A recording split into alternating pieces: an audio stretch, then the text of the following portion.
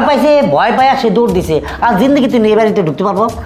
ভাইজান আপনি যে কি জিনিস, আপনি যে বুদ্ধিতে মাইটে দিলেন, ও ঠিকই ভয় পাইছে। ঠিক আছে।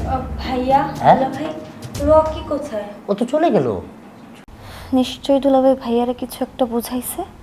ভাইয়ার উল্টা পাল্টা বুঝায়া রকির এই বাসা থেকে তাড়াই দিছে। কিরে কিছু কবি? না কিছু না। কামাইছে। হ্যাঁ, চাটা খেলা।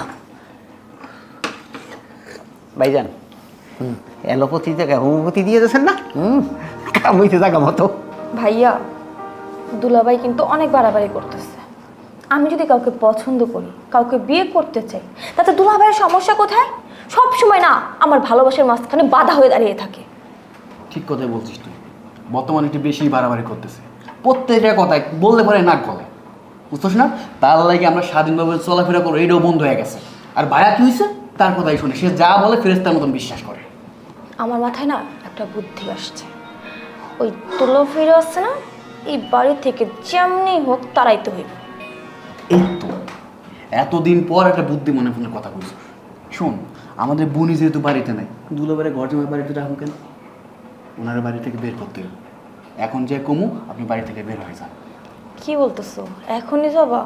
ভাইয়া বাসায় আসছে, ভাইয়ার সামনে এই কথা বলে মেরেই ফেলবে তো। হয় এখনই বলো, কারণ দোজের বাদ ভেঙে গেছে, আর সহ্য হইতেছে, বুঝছস? ঠিক কথা বলছো, চলো। আয়।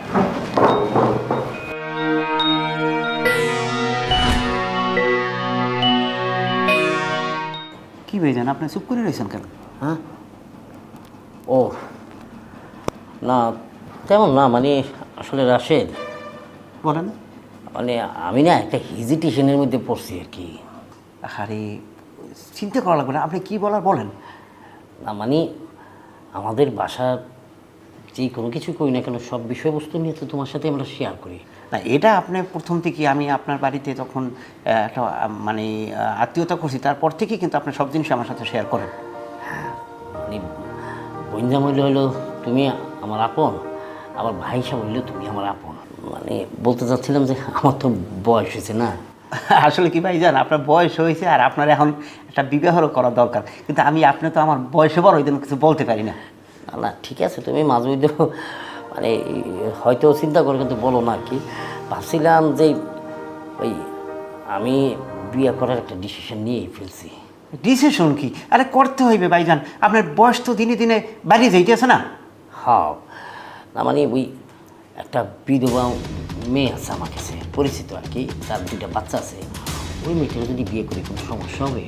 ভাইজান আপনার সব কথা মানিয়ে নিলে আমি এই কথাটা তো মানিয়ে নিতে পারতেছি না। আপনার মতো একজন ইয়ং অবিবাহিত একটা পুরুষ বিধবা মেয়ে কেন বিয়ে করবে? আসলে কথাটা তাহলে তোমার খুইলেই বলি। বলেন। ওই মেয়েটা হচ্ছে আমার ক্লাসমেট, আমরা একসাথে একই স্কুলে পড়াশোনা করছি, আমরা একই পাড়ায় বড় হয়েছি আর কি। তো ওর হয়েছে কি, বাপ মা রোড অ্যাক্সিডেন্টে মারা গেছে। ছোটো 2টা ভাই বোন ছিল, ওইটারই মানুষ করতে যাইয়া বেশি দূর পড়তে পারে নাই। তো মা